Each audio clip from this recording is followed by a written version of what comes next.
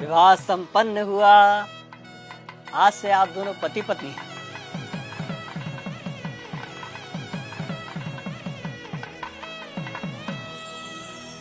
भाई साहब, पंडित जी को भी दक्षिणा देके निपटाओ बस। हाँ हाँ जीजा जी, याद है मुझे। पंडित जी, आपकी दक्षिणा। यजमान, मात्र 1100 रुपए दक्षिणा। अरे तो इतना हैरान क्या हो रहे हैं पंडित जी? जो रेट चल रहा है वही तो दिया है। दक्षिणा रेट से नहीं, सामर्थ्य के अनुसार दी जाती है यजमान। अरे तो क्या पूरी गड्डी पकड़ा दें आपको? अरे श्रीमान, मैंने ऐसा कब कहा? मैं तो बस ये कह रहा हूँ कि आप लोगों ने विवाह इतनी धूमधाम से किया है और दक्षिणा इतनी कम। देखिए पंडित जी, कम हो या ज्यादा, हमें जो देना था हमने दे दिया। अब बाकी बात आप लड़की वालों से करिए भाई। कैसी बातें कर रहे हो भाई साहब? हमारे यहाँ पंडित जी को दक्षिणा लड़के वाले ही देते हैं। अरे पापा, 2100 दे के बात खत्म करो ना। ठीक है ठीक है। भाई साहब पगला रहे हो क्या? किस बात के 2100? 1100 काफी है, उससे 1 रुपया ज्यादा मत दो।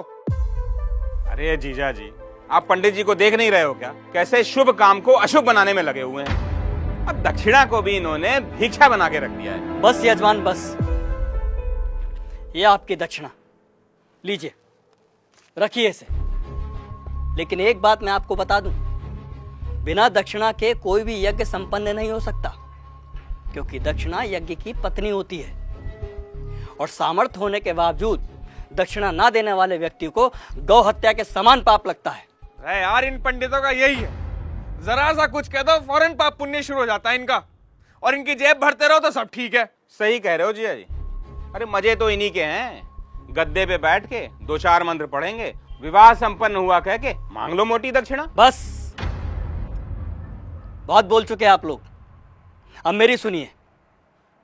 अरे आप जैसे व्यक्ति लाखों करोड़ों रुपए विवाह के खान पान, गहनों, महंगी गाड़ियों, आतिशबाजी और बैंड बाजों में खर्च कर देते हैं, लेकिन जब समय आता है पंडित जी को दक्षिणा देने का, तब आपके हाथ रुक जाते हैं, मानो पंडित ने दक्षिणा नहीं आपसे आपकी संपत्ति मांग ली हो।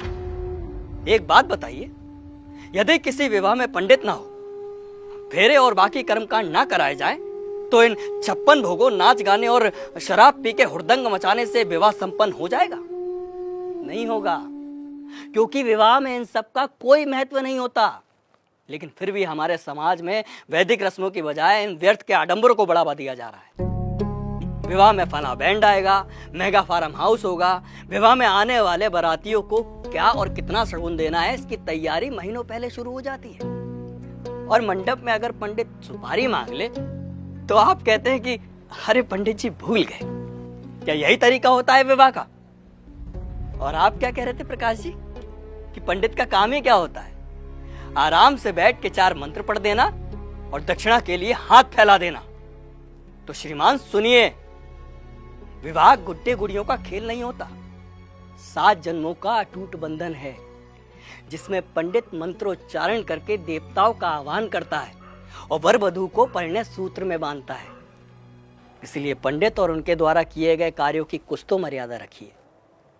उन्हें दक्षिणा भीख समझकर नहीं, आपको जीवन की सबसे बड़ी खुशी देने के लिए दीजिए। पापा, कब होगी विदाई? वो बाहर BMW वाला नखरे दिखा रहा है, कह रहा 2 घंटे लेट हो गए, 50,000 रुपए मांग रहा है।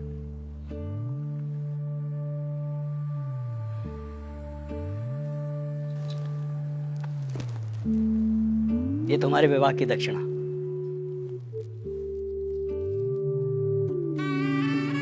खुश रहो। पंडित जी, पंडित जी, पंडित जी